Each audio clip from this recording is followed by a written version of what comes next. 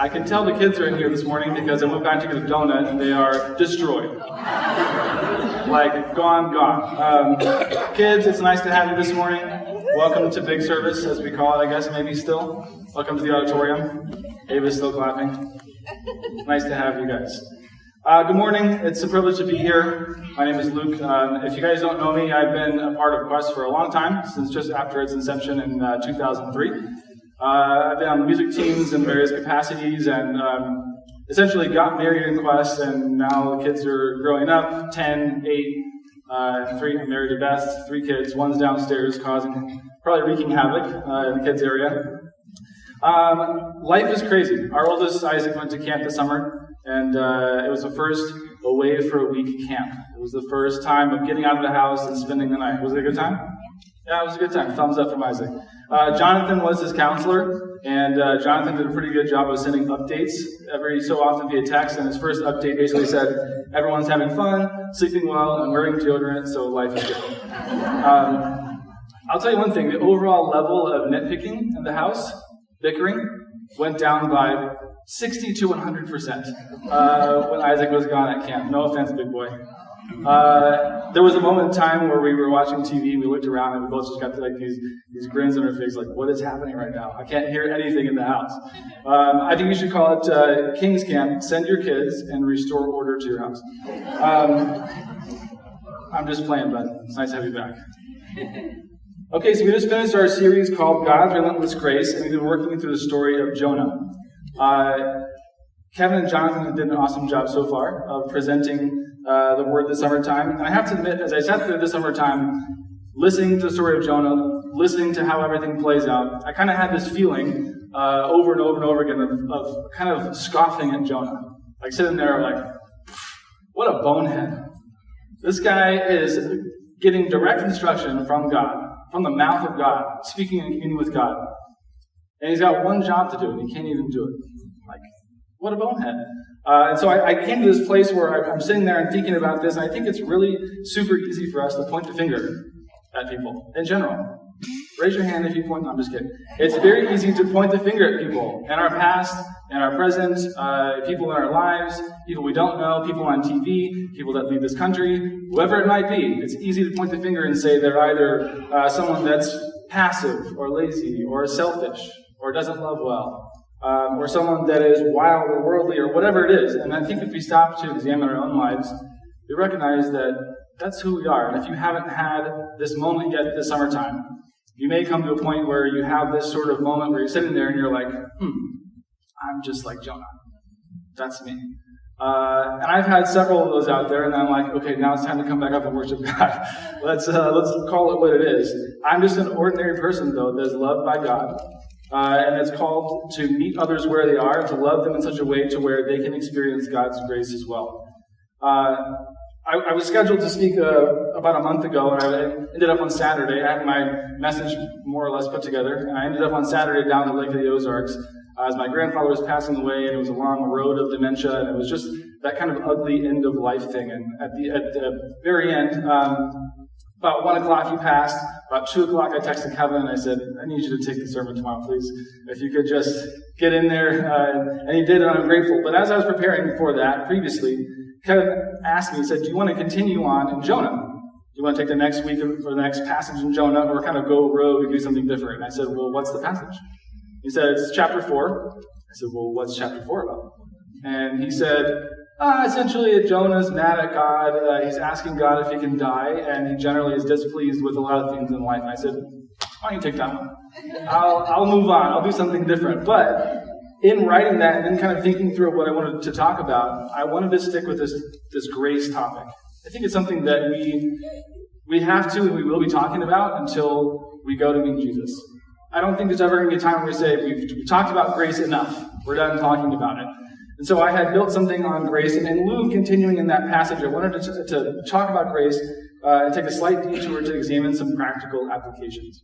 Some life application. I think if you're a young person in the room, I think between the ages of 3 and 18, all you're trying to do is figure out how to apply what I know, how do I apply what I'm learning in my life, whether that's at school or wherever. And if you're an older person in the room, we never stop doing that. because we always need God and we need relationships, and we have to know how to apply these things to our life. So I'm not going to go passage by passage, but I wanted to kind of break it out for you and talk about some things this morning. So I want us to replace, though, Jonah in this story of grace with us. It's the story of our relationships. It's the story of our marriages. It's the story of school. It's the story of work and my boss. I'll get to that in a bit.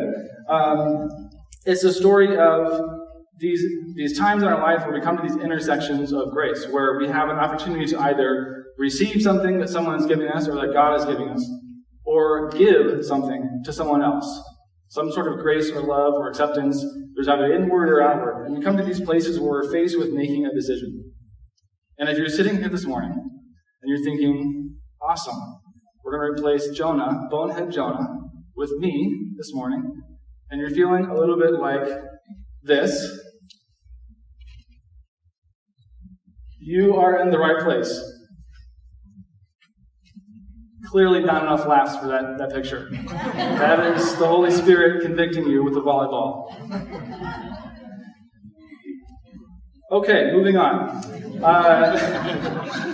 So I wanted to take a little bit of time to put some shape around this thing called grace from my perspective and from what I think our role is after we've received grace or we've accepted it. And even talking about that for a bit as well. And I want to talk about grace in terms of our relationships and how we act and interact with one another. Maybe call that a lowercase g grace. It's this earthly kind of grace. And as we often do, I want to start with a big idea this morning. And the big idea is this, that the divine grace of God...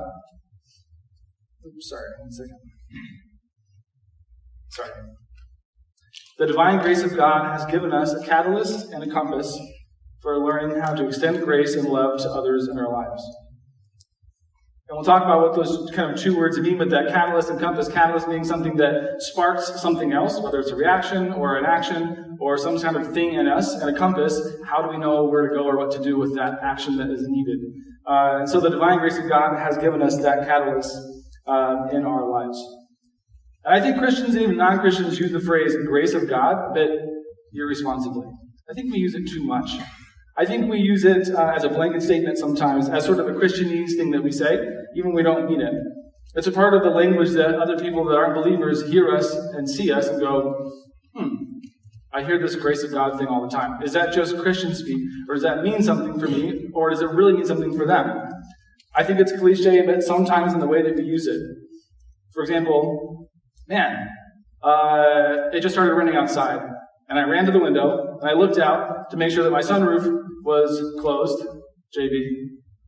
And by the grace of God, it was. Woof! Hashtag saved by grace, again. Or, babe, I went through the drive-thru at Hardee's, and I could have sworn that they put what you asked me to get very specifically in the bag, and by the grace of God, your curly fries are in the bag.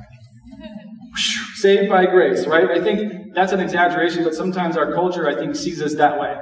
That we are grace of Goders. And that everything is, by the grace of God. And it's the same phenomenon as the devil is behind every bush. It can be, right? This kind of phenomenon that we think that Satan is at the helm of everything unpleasant in our lives. It's equally as slippery to deny the gravity of grace by inserting it into every situation. Let's begin to define grace in a few other ways. In the book called One Way Love, Inexhaustible Grace for an Exhausted World, which I really want to read the whole thing. I read parts of it. I really want to get into on this one. The author borrows this definition from fellow author Paul Zoll. He says, grace is love that seeks you out when you have nothing to give in return. Grace is love coming at you that has nothing to do with you. Grace is being loved when you are unlovable. The cliche definition of grace is unconditional love. He says, let's go further though. Grace is a love that has nothing to do with you, the beloved. It has everything and only to do with the lover. Grace is irrational in the sense that it has nothing to do with weights and measures. It has nothing to do with my intrinsic qualities or so-called gifts, whatever they may be. It reflects a decision on the part of the giver, the one who loves in relation to the receiver, the one who is loved, that negates any qualifications the receiver may hold. Grace is one-way love. When I read that, this concept of one-way love kind of made me stop in my tracks a little bit. Like, are we okay with that? here on earth, how many interactions do you have that are one-way love? Or anything is one way. I don't think there's much in life, if you be honest, that is like that. I don't think that we as a society really operate that way. Everything is return on my investment. Everything is a return on my relationships. Everything is, we all want those tiny little red hearts to show up under the pictures that we post on social media. Why? I give you this amazing sunset. You give me lots of likes. Right? Nothing is one way, it seems. Even in the teaching and training world, which is what I do for a living at a hotel, as people come into your classroom, as professionals, we're taught to always address a basic human need in these people that are there to learn. And that need is something that's called WIFMs. Anyone know what a WIFM is? What's in it for me? That's what it stands for. And we're taught to satisfy that need, to say, hey, you're here for training, but I still need to tell you what's in it for you, why this is important for you to pay attention in this room. Everything in our life tends to be two ways, and God is saying, the love that I give you is one way. It doesn't have to come back. I want that relationship, but I seek you out no matter what, either way. And we'll talk about how that affects our lives. We don't always want to apply the gospel to our lives in every situation. If you go in the Old Testament and you read the stories of the kings of old and this sort of like battleground of God and kingdoms, and it's pretty scary. And you think, I don't know if I always want to apply the scriptures to my life when it comes to this kind of thing. We do want to apply it to our lives, though, when it's something that we're getting often. I'm saved by grace. It's free. I'm free of guilt. I'm free of shame. I'm free of all these things that I feel weigh me down. That are scary. We often want to apply the gospel in those kinds of ways, but since the fall of man, we are a messed up pile of self-loathing, selfish, self-centered, self-defensive, self-protective. We are tuned and trained to do the things that reap something for us. The words from the song, come to mind, come thou fount of every blessing, tune my heart to sing thy grace. Why does our heart need to be tuned to sing God's grace if it's free and it's amazing and it fills our souls? Jeremiah 17:9 says, the heart is deceitful above all things and desperately sick. Who can understand it? Romans 3:10 as well says, there is no one righteous, not even one. Not even one. It says, our condition is this. This is our condition. But, as we do here, the grace of God knows no condition. The grace of God is not looking for a condition in order to give what it needs to give. And the grace of God is not looking for a condition in order to fill you to a certain level or to say you're worthy of those things. Tim Keller says, the irony of the gospel is that the only way to be worthy of it is to admit that you're completely unworthy of it. And he goes on to say, grace is being loved when you are unlovable. How often do you experience that? When you are super unlovable. Kids, pick one person in your mind that you think is just the worst and is unlovable. Parents aside. Leave your parents out of it. Unlovable. You just think, how in the world am I going to love this person? Grace is being loved when you are unlovable. And as believers, you know that God has given you that relationship. And there's an action to that, and we'll get there. He says, in the same way, giving grace and loving well, like God has loved us, means loving someone that in our opinion is unlovable and doing that without conditions. Paul writes in Romans 5:8, God shows his love for us in this, that while we were still sinners, Christ died for us. The grace of God did not come at a time when we had everything together. All of our ducks in a row. Grace comes when we are broken and can offer nothing in return. Justin Holcomb, in his piece called What is Grace, says, grace is most needed and best understood in the midst of sin, suffering, and brokenness. I feel like we come in this room and Christians gather around the nation, they want to sit in and receive grace and understand grace as a part of this comfortable setting and or this really flashy production of music and or I'm happy, it's Sunday, I'm in a tie and suit and this is my Sunday best, and that's what grace represents. Grace comes when we're in the midst of sin and suffering and broken. And celebrating grace and worshiping and singing about grace is awesome. But we need to recognize where it comes and when it comes in our lives. In 1960 in Dublin, Ireland, a man named Paul David Hewson was born.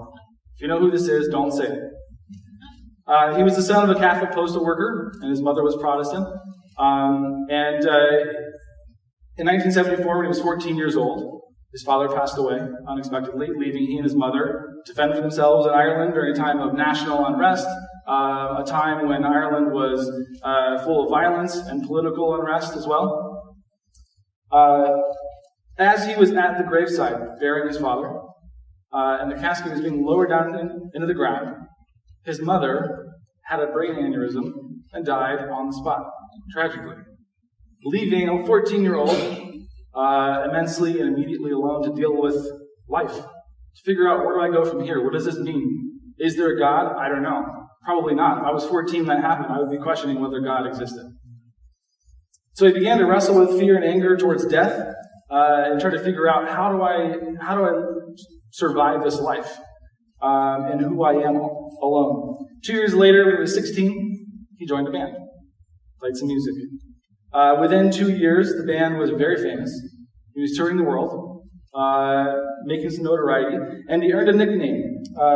His nickname was Bono Vox, which means good voice. Super creative in Ireland, I guess. Very creative. This broken, lost 16-year-old would go forward with just one name. That name is Bono. Oops, sorry, I'm behind my slides here. There we go. And Bono would go on to be an international superstar, political activist, very outspoken, a creative, and his band U2 would go on to release some of the greatest albums and songs of all time. Arguably, if you're not a U2 fan, it's okay, don't worry about it. If you're a guitar player in the room, you know exactly what they gave us. It was fantastic. But through those years of seeking, searching, trying everything the world had to offer, and wrestling with a childhood that was torn from him at the age of 14, Bono would come to a place of finding grace and trying to understand what the grace of God might have for him in his rock star life, in his grief, and trying to figure out how death applies in this whole situation as a young man. So he did an interview back in 2010, and he had this to say about grace and karma. Take a look for a second. I never had any problems with Christ, but Christians were always a bit of a problem for me, and I used to avoid them if I could. I found them always to be completely disinterested culturally, politically. I found it very hard to relax with them. They seemed strange to me. I'm sure I was strange to them. And yet, through all of this, I met in school, I met some people who knew the scriptures. There was quite a moment there when people got very interested in the early church and the possibilities of imitating the early church. But Christians can be very judgmental, and particularly the way people look, the way they carry on. They tend to judge people by surface problems, sexual immorality. These things are the preoccupation historically of the church, whereas, corporate greed or things like that will be never mentioned. I'm pretty sure that, the universe operates by the laws of karma, essentially, and all physical laws do, and what you put out comes back against you.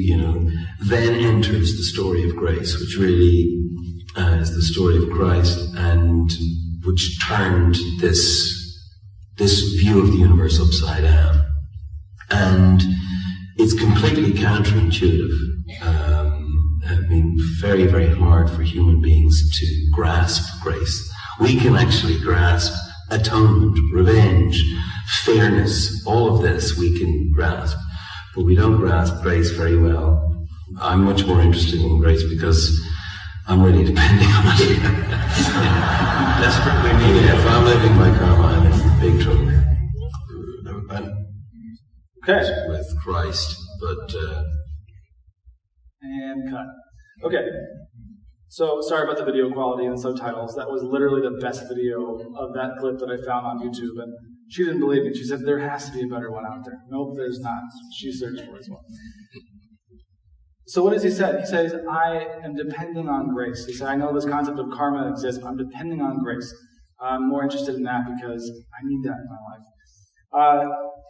In other interviews, he made other comments. He said this: "It's clear to me that karma is at the heart of the universe. I'm absolutely sure of it. And yet along comes this idea called grace, to upend all that as you sow, so you will reap stuff. Grace defies reason and logic. Love interrupts, if you like, the consequences of your actions, which in my case is very good news indeed, because I've done a lot of stupid stuff. But I'd be in big trouble if karma was going to finally be my judge. I'm holding out for grace. I'm holding out that Jesus took my sins into the cross because I know who I am, and I hope I don't have to depend on my own religiosity." Wow. This coming from someone that I think most people, as they think about this person or these types of people, when I say that, you know what I'm saying? A worldly rock star, as us Christians would sometimes coin somebody. But let's pause for a second. When I said that name Bono, you realized who it was, and you started seeing photos on the screen, you were taking a look at it. What did you think before he started talking about his connection, his relationship with grace? What did you think? Maybe, I really hope that Luke is not up here to defend or to talk about how cool Bono is this morning. Maybe that. Or maybe I remember him from the 70s and 80s. He was a wild child. Or maybe you were a wild child then too. If you were around the 70s and 80s or 60s, maybe you were too. Maybe you put him in a box in your head and you said, I remember when he supported Obama and he played at the inauguration. That's all I need to hear. I'm not a Bono fan. Or maybe you said, I heard him say a bad word during his Golden Globes acceptance speech from 2003. On television, no less. Here's the thing. I'm not sitting here today to defend Bono. What I'm saying is that we have a condition. It's called sin. And the grace of God is available to all. And the grace of God begins to seek out all at some point in life. And sometimes it's at the point of brokenness, and sometimes it's at the height of connection and relationship. It's available to all. It's just as needed for the judgmental as it is for the wild, reckless rock stars in life. Romans 3:23 and 24 says, all have sinned and fall short of the glory of God. And all are justified freely by the grace that comes through Christ Jesus. Kids, remember the person that you thought of that you said is totally unlovable? In your head, maybe that person is the worst.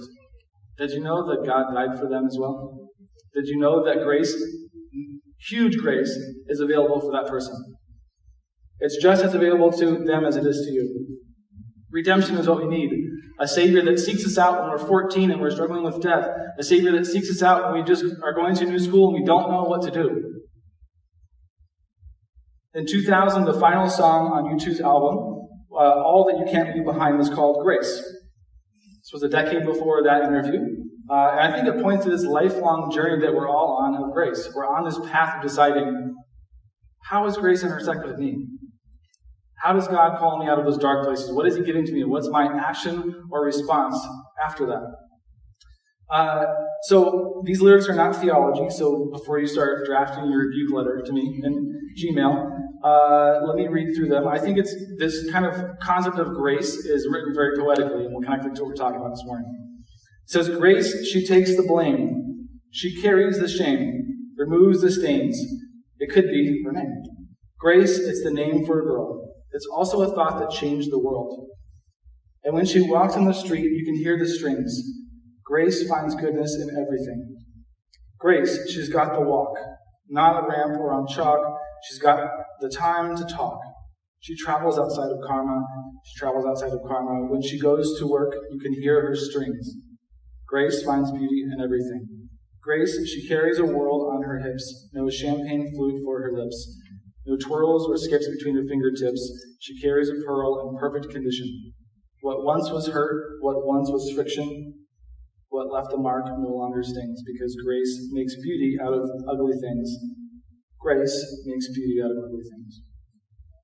I think in a poetic way, this speaks to grace as being a thing of beauty. It speaks to a finely tuned sound. That tuned sound that we're talking about for our hearts to receive grace. It speaks to something beautiful and rare that is carried with caution and not carelessly handled.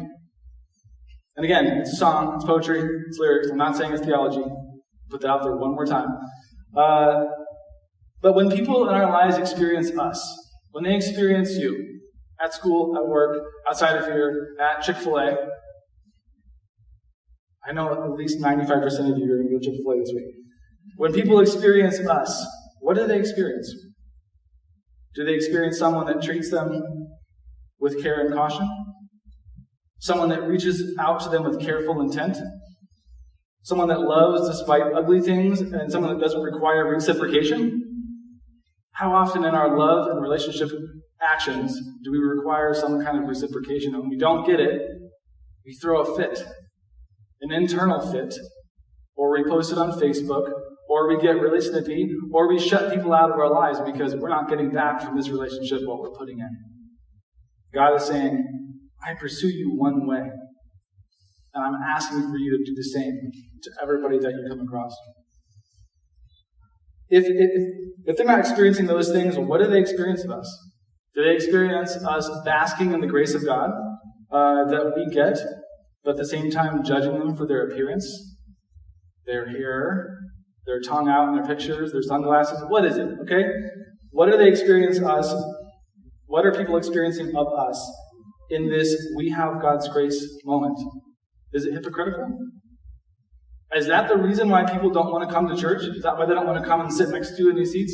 Is because inside of here, we sing about tune my heart to sing thy grace, and outside of here, we're judgmental? Is that why it is? I don't know, but I would beg that there is a part of us that is leaving this building and going out into our schools and workplaces and society, and people don't know that we're filled with the grace of God that pursues us at our worst, and they don't know that it's available for them. Romans 3:23 says, for all have sinned and fall short of the glory of God. 6:23 says, the wages of sin is death. It's death. We're not supposed to be here forever. We're not supposed to have this redemption that covers over everything. And it doesn't require much more than us accepting it to happen. A few weeks ago, Jonathan talked about how we receive grace from God. He kind of closed his message by saying there is an action in your receiving, but it's just an opening of your heart, and it's less about doing something to receive God's grace than it is being able to be filled with it. And that's about admitting our condition. So if our big picture today is that the divine grace of God has given us a catalyst and a compass to extend grace and love to others in our lives. Excuse me. What does that look like for you? How do we love others well in our lives based on the grace that we've received? What's our response? What's our outward action based on those things? What does God want us to do? The grace of God is not a wall that we get to hide behind. It's not a treasure that we keep hidden. It's not a hammock in the shade on a private island that we get to be on, hallelujah, while the world is out there wasting away.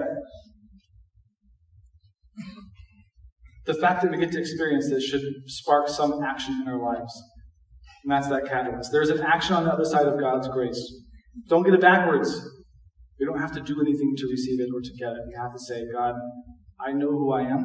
I know what my condition is, and I'm willing to receive your grace.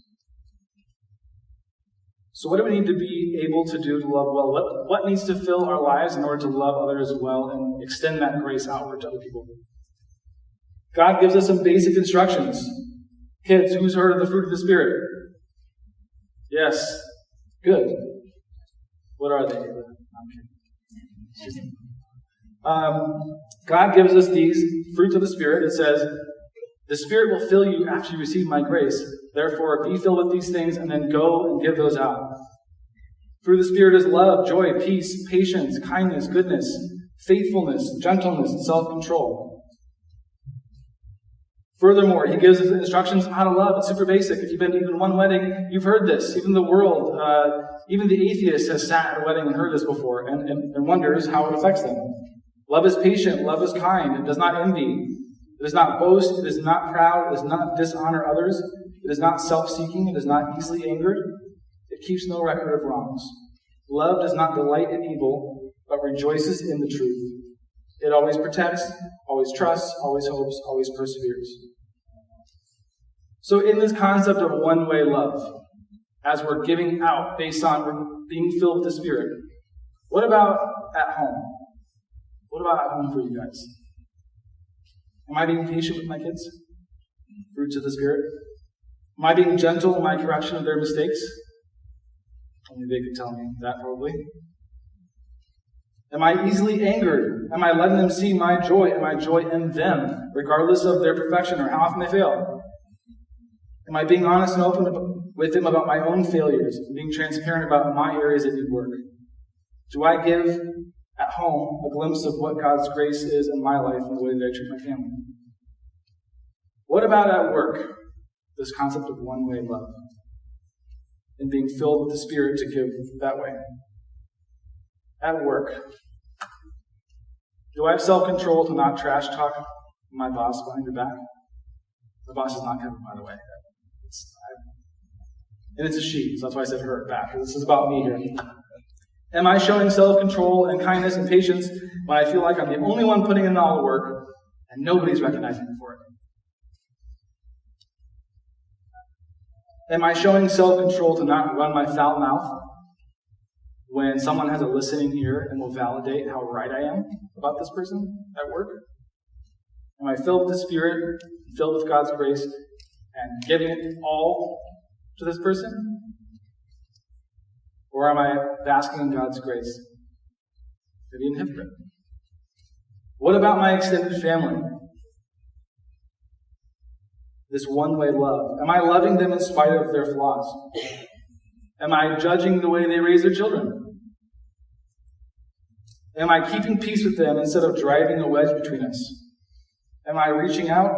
Am I reaching out enough? Am I reaching out even though they continue to wrong me in my life? Sing that in general, as us here, as a group.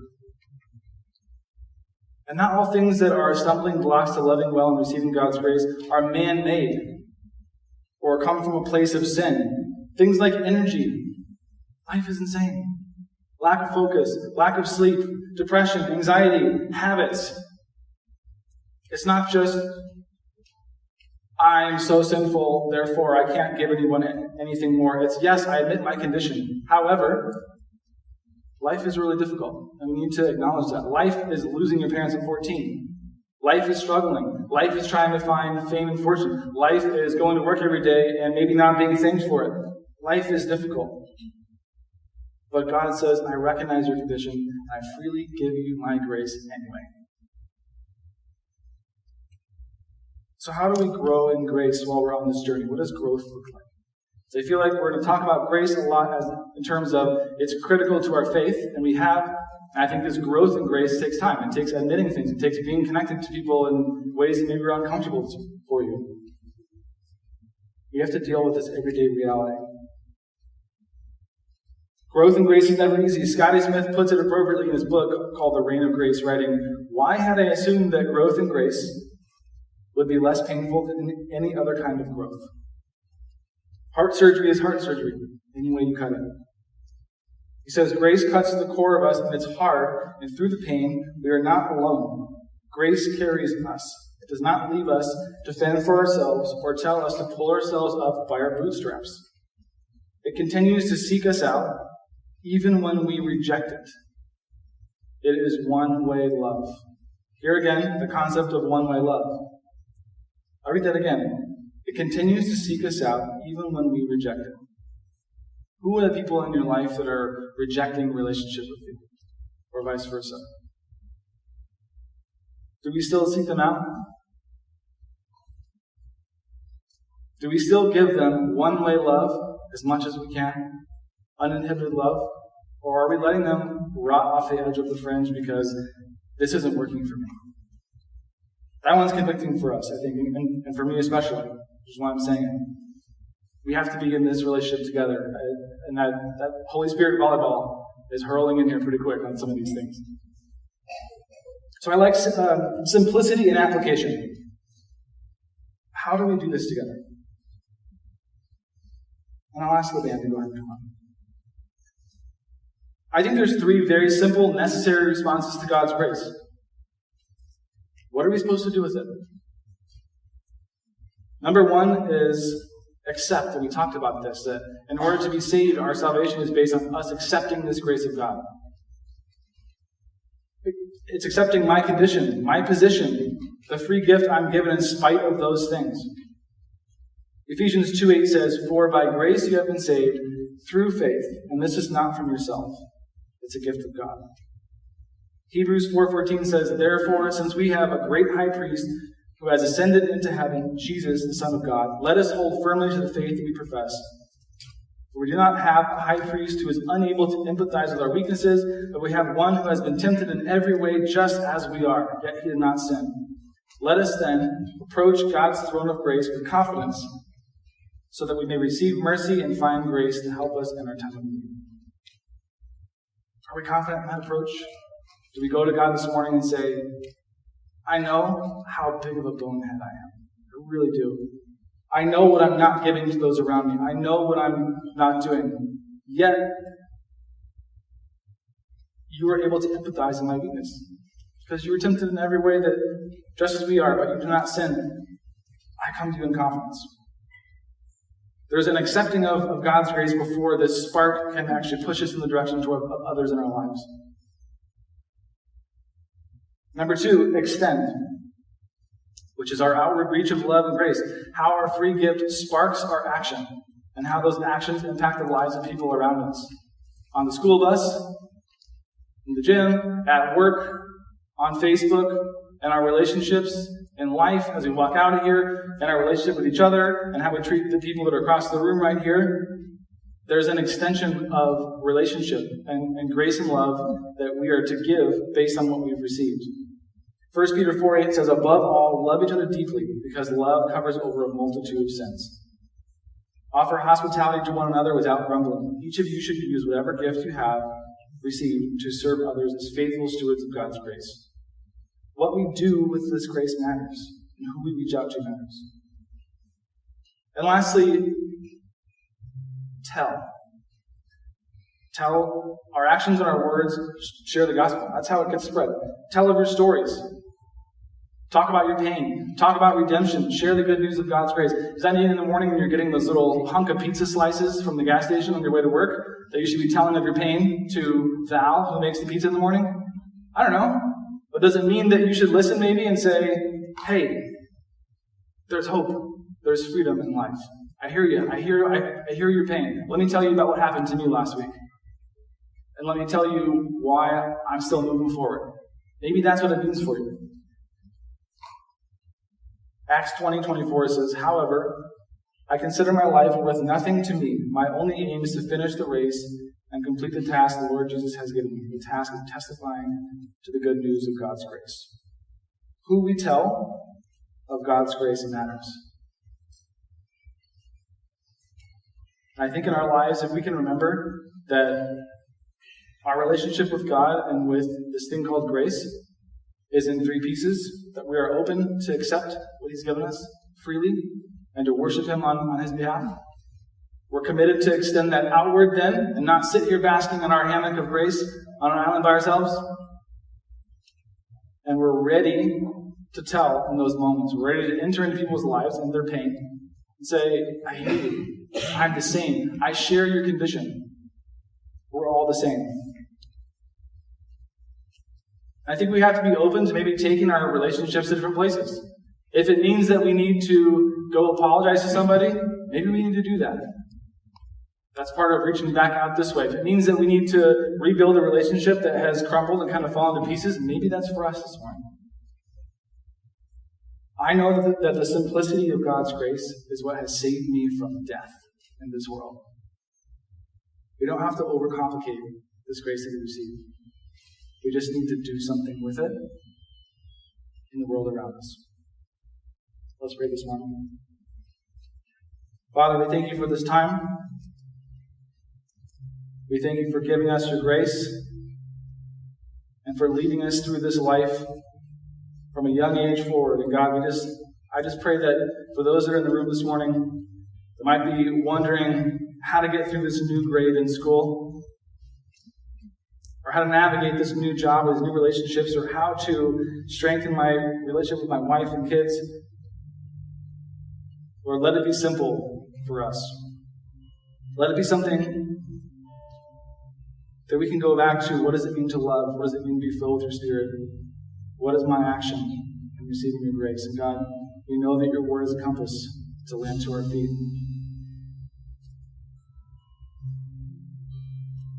Take a minute this morning with your eyes closed and your head bowed to connect with God for a moment